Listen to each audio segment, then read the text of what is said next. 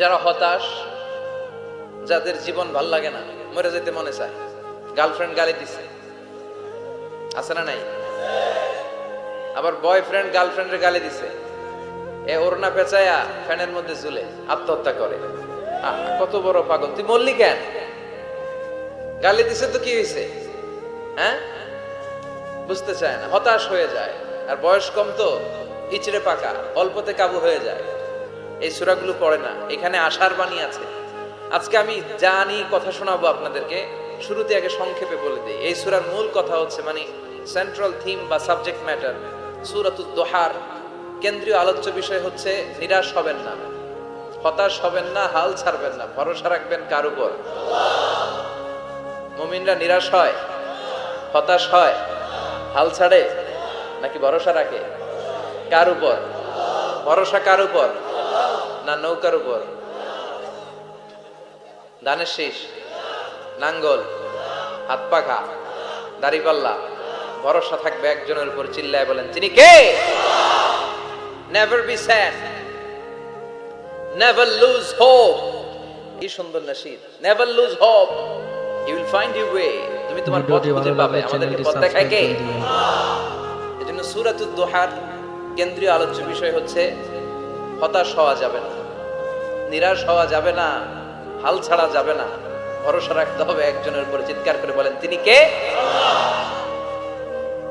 হতাশ যারা, frustrated, upset people, তাদের জন্য, হতাশ ব্যক্তিদের জন্য এই সূরাটা একটা আলোকবর্তিকা, একটা আলোর মশাল। এই সূরাটা বললেই হতাশ ব্যক্তিরা মনে শান্তি পায়, আশা ফিরে পায়, দিক ফিরে পায়, ঠিক কিনা? এই সূরাটা নাজিল হওয়ার একটা ব্যাকগ্রাউন্ড আছে, শুনবেন। বিষ্ণু ঈসা ইসলামের কাছে যখন ওহী নাজিল হতে শুরু করলো, বিষ্ণু ঈসা ইসলাম ওহীর কথাগুলো পৌঁছে দিতে লাগলেন। যাই নাজিল হতো বিষ্ণুনবী পৌঁছে দিতেন, বিশ্বনবী সাহাবাদের কাছে শেয়ার করে দিতেন। যেটাই নাজিল হতো তিনি পৌঁছে দিতেন, যেটাই, কারণ আল্লাহর আদেশ, ইয়া আইয়ুহার রাসূল বাল্লিগ মা উনজিলা ইলাইক। ও নবী, আপনার কাছে আমি ওহী থেকে যা নাজিল করি সব পৌঁছে দেন, একটাও গোপন করা যাবে। আল্লাহর কাছ থেকে বিশ্বনবী যে সমস্ত মেসেজ, ইনফরমেশন, তথ্য, রেভেলেশন ওহী পেয়েছে, একটাও কি বিশ্বনবী গোপন করেছে? সব প্রকাশ করে গিয়েছে, সব শেয়ার করে গিয়েছে। বিশ্বনবী শেয়ার করতে লাগলেন। সকালে যা নাজিল হয় শেয়ার করেন, দুপুরে নাজিল হয় শেয়ার করেন, রাতে নাজিল হয় শেয়ার করেন, শেয়ার করতে লাগলেন। কিন্তু কি অবাক করা কাণ্ড, হঠাৎ করে এই ওহী আসার ধারাবাহিকতা আল্লাহ বন্ধ করে দিলেন। ওহী আর আসে না, আকাশ থেকে নতুন তথ্য আর নামে না। ঘটনা কি? ওহী আসে না কেন? তথ্য আসে না কেন? জিব্রাইল আসে না কেন? কোন বর্ণনায় এসেছে 15 দিন, কোন বর্ণনায় 1 মাস, 3 মাস, এমনকি 6 মাস পর্যন্ত বর্ণনা পাওয়া যায় যে বিশ্বনবীর কাছে 6 মাস ওহী আসে নাই। বিশ্বনবী তো অবাক, ঘটনা কি? ওহী নামে না কেন? আর ওহী না আসলে তো বিশ্বনবী শেয়ার করতে পারে না। এতদিন যা আসতো বলে বেড়াতো, এখন আসেও না, বলতেও পারে না। কাফির মুশরিকরা বিশ্বনবীর গালি দিতে শুরু করলো, মুহাম্মদের রব মুহাম্মদরে ভুলে গেছে, মুহাম্মদের আল্লাহ মুহাম্মদরে ছেড়ে দিয়েছে। বিশ্বনবীর চাচি আবু লাহাবের স্ত্রী উম্মে জামিল বলতে শুরু করলো, কি মুহাম্মদ, তোমার শয়তানটা তোমার কাছে আসে না? না, শয়তান দ্বারা তিনি জিব্রাইলকে বুঝিয়েছেন যে তোমার জিব্রাইল তোমার কাছে আসে না। এভাবে সবাই গালমন্দ করতে শুরু করলো যে মুহাম্মদের আল্লাহ মুহাম্মদকে ভুলে গিয়েছে।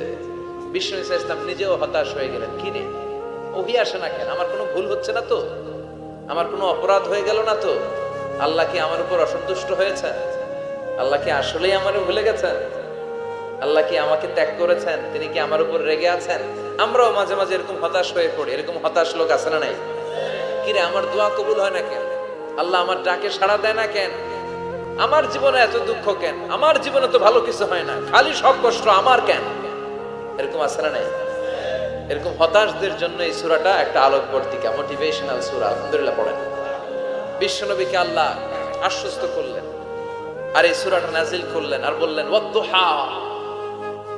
ওয়াদ-দুহা, দুহা মানে আলো, দুহা মানে আলো, প্রভাতের সূর্য কিরণের শপথ। Look up, the sunlight, it's a very beautiful day out there. অনবী হতাশ হবেন না, বেরোন, সকালের সূর্যটা কত সুন্দর, কি ঝলঝলে পৃথিবী, ফকফকে আর তকতকে, দেখলেই মনটা ভরে যায়, ঠিক কি না? দুহা, দুহা মানে আলো, আশার আলো, সম্ভাবনার আলো। আমাদের জীবনে আলোর দরকার আছে না নাই? আলো না থাকলে আমরা বাঁচতে পারবো? আলো লাগে বড় ভালো। এই আজকে আলো না থাকলে আমার দেখা যেত।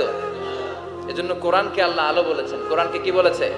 কিতাবুন আনজালনাহু ইলাইকা লিতুখরিজান নাসা মিনাল যুলুমাতি ইলান নূর। Muhammad, I've revealed this holy Quran unto you to lead the mankind out of darkness into the light.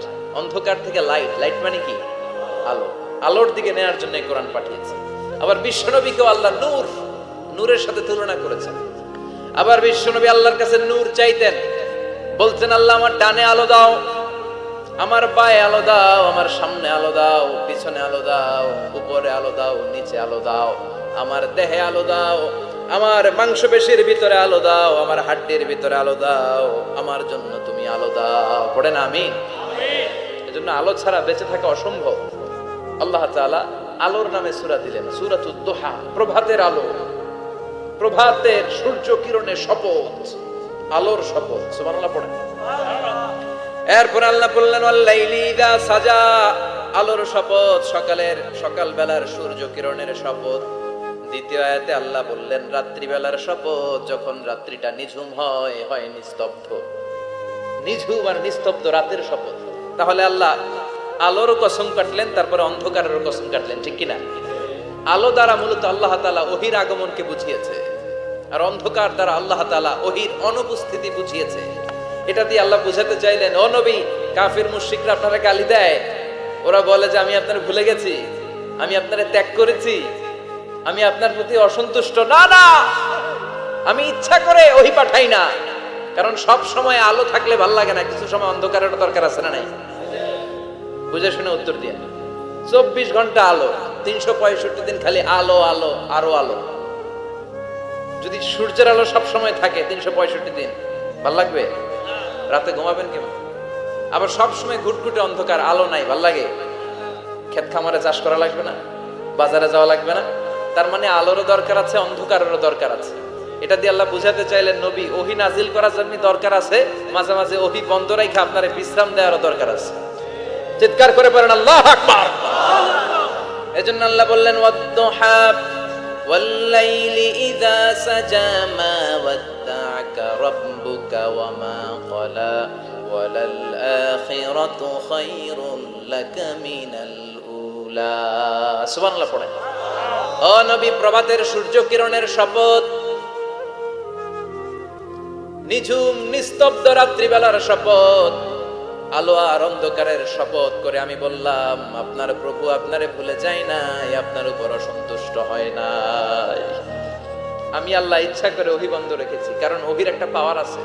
বারবার ওহী রিসিভ করলে আপনার স্নায়ু এটা সহ্য করতে পারবে না, আপনার দেহ এটারে বরদাস্ত করতে পারবে না। নবী, আমি আপনার প্রতি এত রহম দিল, এত ভালোবাসি, বারবার ওহী নিতে নিতে আপনার যে কষ্ট হয়, এই কষ্টটা আমার আল্লাহর সহ্য হয় না। এজন্য আমি আল্লাহ ইচ্ছা করে কিছুদিন ওহী বন্ধ রাখছি। সুবহানাল্লাহ পড়েন।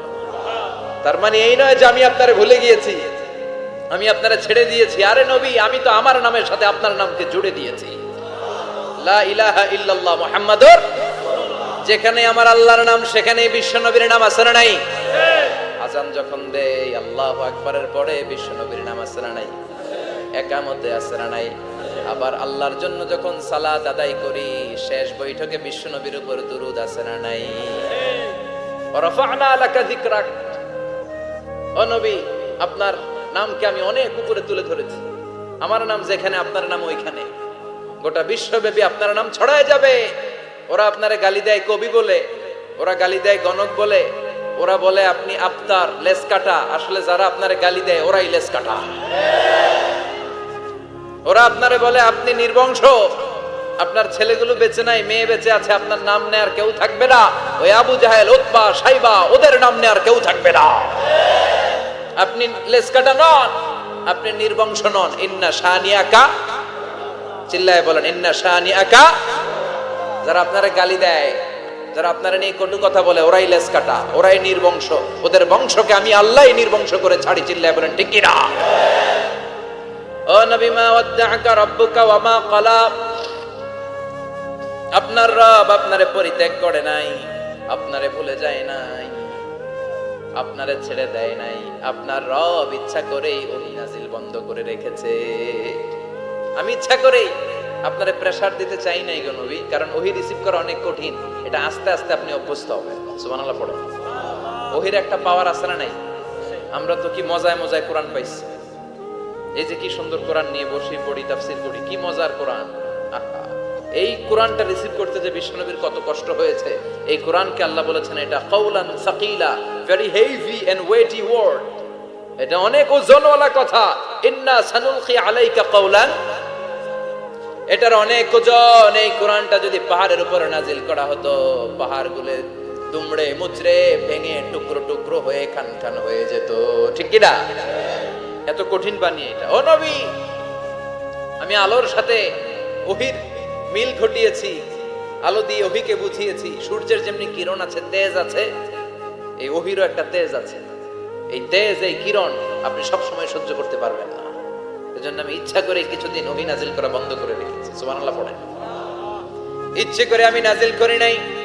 সব সময় নাজিল হলে আপনার ভাল লাগতো না। বুখারীর বর্ণনা, মা আয়েশা বলতেন শীতের রাতে, কনকনে মাঘ মাসের শীতের রাতে যখন বিশ্বনবীর উপর কোরআনের আয়াত নাজিল হতো, বিশ্বনবী ঘেমে ঘেমে একাকার হয়ে যেতে। হাত্তা লা ইয়াতাফাসসাদু জাবিনুহু আরাফান, বিশ্বনবীর দাড়ি আর থুতনি বেয়ে ঝরঝর করে পানি পড়তো। আমরা কম্বল গায়ে দিয়ে থাকি আর বিশ্বনবী ঘামে। সুবহানাল্লাহ কইবেন না? এটা কাউলান সাকিলা, অনেক ওজনওয়ালা কথা। আবার বিশ্বনবী যখন ওটের উপরে বসে থাকা অবস্থায় কোরআনের আয়াত নাজিল হতো, ওটের বুকটা মুহূর্তের মধ্যে বালুর মধ্যে, জমিনের মধ্যে লেগে যেত। ঘোড়ায় চড়া অবস্থায় বিশ্বনবীর কাছে যখন কোরআন নাজিল হতো, ঘোড়ার পা গুলো মরুভূমির বালুতে দেবে যেত। মাঝে মাঝে বিশ্বনবী সাহাবাদের রানের উপরে, পায়ের উপরে মাথা দিয়ে শুয়ে পড়তেন, ক্লান্ত শ্রান্ত। যায়েদ বিন হারেসা, বিশ্বনবীর পালক পুত্র, তার পায়ের উপরে মাথা রেখে বিশ্বনবী একবার কথা বলতে বলতে ঘুমিয়ে পড়লেন। ঘন্টাখানেক ঘুমালেন। যায়েদ বিন হারেসা বলে, আমার কাছে তেমন কোনো কষ্টই হচ্ছে না, বিশ্বনবীর মাথাটা খুব বেশি ওজন মনে হচ্ছে না। ঘন্টাখানেক পর বিশ্বনবীর চোখ খুললেন, আর খোলা মাত্রই ওনার উপর ওহী কোরআনের আয়াত নাজিল করতে শুরু করলো। কে? যায়েদ বিন হারেসা বলে, যখনই কোরআনের আয়াত নাজিল হতে শুরু করলো, আমার মনে হচ্ছে বিশ্বনবীর মাথাটা 50-60 কেজি ওজন বেড়ে গিয়েছে। বিশ্বনবীর মাথার ওজনে আমার পায়ের রান ফেটে যাবে, আমার পায়ের হাড্ডি ফেটে যাবে, আমার পাটা ভেঙে খান খান হয়ে যাবে মনে হচ্ছিল। তার মানে কোরআনের আয়াত যখন নাজিল হয়, বিশ্বনবীর উপর একটা প্রেসার আছে না নাই? এইজন্য আল্লাহ বললেন, নবী আমি আপনার ভুলে যাই নাই। কাফেররা যেমনি আপনারে গালি দেয় যে আমি আপনারে ভুলে গিয়েছি, আপনার উপর আমি অসন্তুষ্ট, নেভার, অসম্ভব। আমি আপনার উপর কখনো অসন্তুষ্ট নই, বরং আমি ইচ্ছা করি আপনার উপর থেকে প্রেসার কমিয়ে দেওয়ার জন্য কয়েকদিন ইচ্ছা করে আপনারে ছুটিতে রাখছি। সুবহানাল্লাহ পড়েন, যাতে করে আবার এনার্জি গায়ে নেয়ার পরে নতুন করে কোরআনের আয়াত রিসিভ করার জন্য আপনি সক্ষম হন। চিল্লায় পড়তে হবে আল্লাহু আকবার। এজন্য আল্লাহ বললেন, ওয়াদ-দুহা ওয়াল-লাইলি ইযা সাজা মা ওয়াদ্দা'আকা রাব্বুকা ওয়া মা ক্বালা ওয়ালাল আখিরাতু খায়রুল লাকা মিনাল উলা। এরপর আল্লাহ বললেন, নবী ওয়ালাল আখিরাতু খায়রুল লাকা মিনাল উলা, and verily indeed the hereafter is far better for you than this dunya. এই দুনিয়ার চেয়ে আপনার জন্য আখিরাতটা অনেক দামি। খায়রুল লাকা মিনাল উলা, এই দুনিয়ার চেয়ে আখিরাতটা অনেক শ্রেষ্ঠ। এতে আল্লাহ বললেন দুনিয়ার চেয়ে আখিরাত শ্রেষ্ঠ, আর এক আয়াতে আল্লাহ বললেন দুনিয়ার চেয়ে আখিরাত হলো স্থায়ী, ঠিক কি না? বাল তুফিরুনাল হায়াতাদ দুনিয়া ওয়াল আখিরাতু খায়রুন ওয়া আবাকা। তোমরা দুনিয়ার জীবন নিয়ে পাগল পাড়া হয়ে থাকো, আল্লাহ বললেন দুনিয়ার জীবনের চাইতে আখিরাতের জীবন শ্রেষ্ঠ এবং স্থায়ী, ঠিক কি না? কার কথা? দুনিয়া স্থায়ী না আখিরাত স্থায়ী? দুনিয়া শ্রেষ্ঠ না আখিরাত শ্রেষ্ঠ? কিন্তু আমরা কোনটার পিছনে দৌড়াই? খালি দুনিয়া দুনিয়া। দুনিয়া কে মজা ले लो, দুনিয়া তোমারই है, কিন্তু জান্নাত কে মজা ले लो, জান্নাত তোমারই है, ওইটা কয় না? আছে না নাই? দুনিয়ার পেছনে পাগল হয়ে আমরা পড়ে থাকি। এই দুনিয়ার জীবনটা একটা মায়াজাল, এটা একটা মরিচিকা। এই মরিচিকা, এই ধোঁকা, এই লালসা আর এই মায়াজালের পেছনে আমরা ছুটছি। ছুটতে ছুটতে হুট করে একবার কবরের ভিতরে ঢুকতে হবে। কথা বলেন, তখন আমাদের টনক নড়বে। এজন্য দুনিয়া মুমিনদের জন্য শ্রেষ্ঠ আর স্থায়ী জায়গা নয়। মুমিনের আসল জায়গা হচ্ছে আখিরাত। মুমিনের শান্তি আর কল্যাণের জায়গা হচ্ছে আখিরাত। জান্নাত হচ্ছে মুমিনের শেষ ঠিকানা। চিৎকার করে বলেন ঠিক কি না? সেটাই বিশ্বনবীরে বললেন, নবী কাফির মুশরিকদের কথা আপনি কান দিবেন না, ওদের কথায় হতাশ হবেন না, নিরাশ হবেন না, হাল ছাড়বেন না, ভরসা রাখবেন কার উপর? কারণ ওয়ালাল আখিরাতু খায়রুল লাকা মিনাল উলা, এই দুনিয়ার জীবন ক্ষণস্থায়ী জীবন, চিরকালীন জীবন হলো আখিরাত। নবীরে কিভাবে আশ্বাস দিতেছে দেখছেন, অ্যাসিউরেন্স করতেছে, কনফার্মেশন। এই সূরাটা যে শান্তির সূরা, মোটিভেশনের সূরা, অনুপ্রেরণার সূরা, ইন্সপাইরেশন যে জায়গায়, প্রতিটা আয়াতে আপনি ইন্সপাইরেশন পাবেন। তো প্রতিটা আয়াতে আপনি উজ্জীবিত হবেন, সজীব হবেন, এনথিউজিয়াস্টিক এন্ড এনার্জেটিক হবেন, আপনি এনার্জি ফিরে পাবেন। আলহামদুলিল্লাহ পড়েন। এরপর বিশ্বনবীর আরো খুশি করার জন্য আল্লাহ বললেন, ওয়ালা সাউফা ইউতিকা রাব্বুকা ফাতারদা, ও নবী অচিরে এমন এমন জিনিস আমি আপনারে দান করব, এগুলো পেয়ে আপনি খুশি হয়ে যাবে। কে বলে? কারে বলে? শুনতেছেন? বুঝতেছেন? কষ্ট হচ্ছে না তো? ওয়ালা সাউফা ইউতিকা রাব্বুকা ফাতারদা, অচিরেই এমন এমন জিনিস আমি আল্লাহ আপনারে দান করব। ওরা আপনারে গালি দেয়, ওদের কথা আপনার মন খারাপ, আপনি হতাশ, ভয় পাবেন না, হতাশ হবেন না, নিরাশ হবেন না, আমার উপর ভরসা রাখেন না। এমন এমন জিনিস আমি আপনারে দেব, ফাতারদা, ওগুলো পেয়ে আপনি খুশি হয়ে যাবেন। সুবহানাল্লাহ পড়েন। আল্লাহর কাজই হলো বিশ্বনবীরে খুশি রাখা। Verily I'm gonna give you something that will make you happy, এমন জিনিস আপনারে দেব নবী, আপনি খুশি হয়ে যাবেন। আল্লাহর কাজই হচ্ছে বিশ্বনবীর খুশি রাখা। যেখানে বিশ্বনবীর মন খারাপ, ওইখানে বিশ্বনবীর আল্লাহ আছে না নাই? বিশ্বনবীর উপাধি দিয়েছেন আল্লাহ হাবিবুল্লাহ। কি দিয়েছে? আর সাইয়েদনা ইব্রাহিমের উপাধি খলিলুল্লাহ। দুইজনই আল্লাহর প্রিয়, দুইজনই উলুল আজমি মিনার রাসূল। কিন্তু খলিল মানেও বন্ধু, হাবিব মানেও বন্ধু। খলিল মানে এমন বন্ধু যেই বন্ধু আল্লাহরে খুশি করার জন্য কাজ করে, আর হাবিব মানে এমন বন্ধু যেই বন্ধুরে খুশি রাখার জন্য আল্লাহ নিজেই কাজ করে। কি শান, কি মান এই নবীর! আর ওই নবীরে গালি দেয়, এগুলো জাহান্নামের নরকীট আর পিতৃ পরিচয়হীন জারদ সন্তান। As a father, as a teacher, as a commander, as a lawgiver, as a lawmaker, as a reformer of the society, Muhammad is the Superman of the world. Superman, মানে অসাধারণ ব্যক্তিত্ব, আনপ্যারালাল পার্সোনালিটি। ওনার জীবনী নিয়ে পড়া শুরু করলে এটা শেষ হয় না। বিয়ন্ডলেস, বাউন্ডলেস, বটমলেস, এটা তলাবিহীন সাগর। বিশ্বনবীর জীবনী একটা সাগর, কিন্তু সাগরের কি নাই?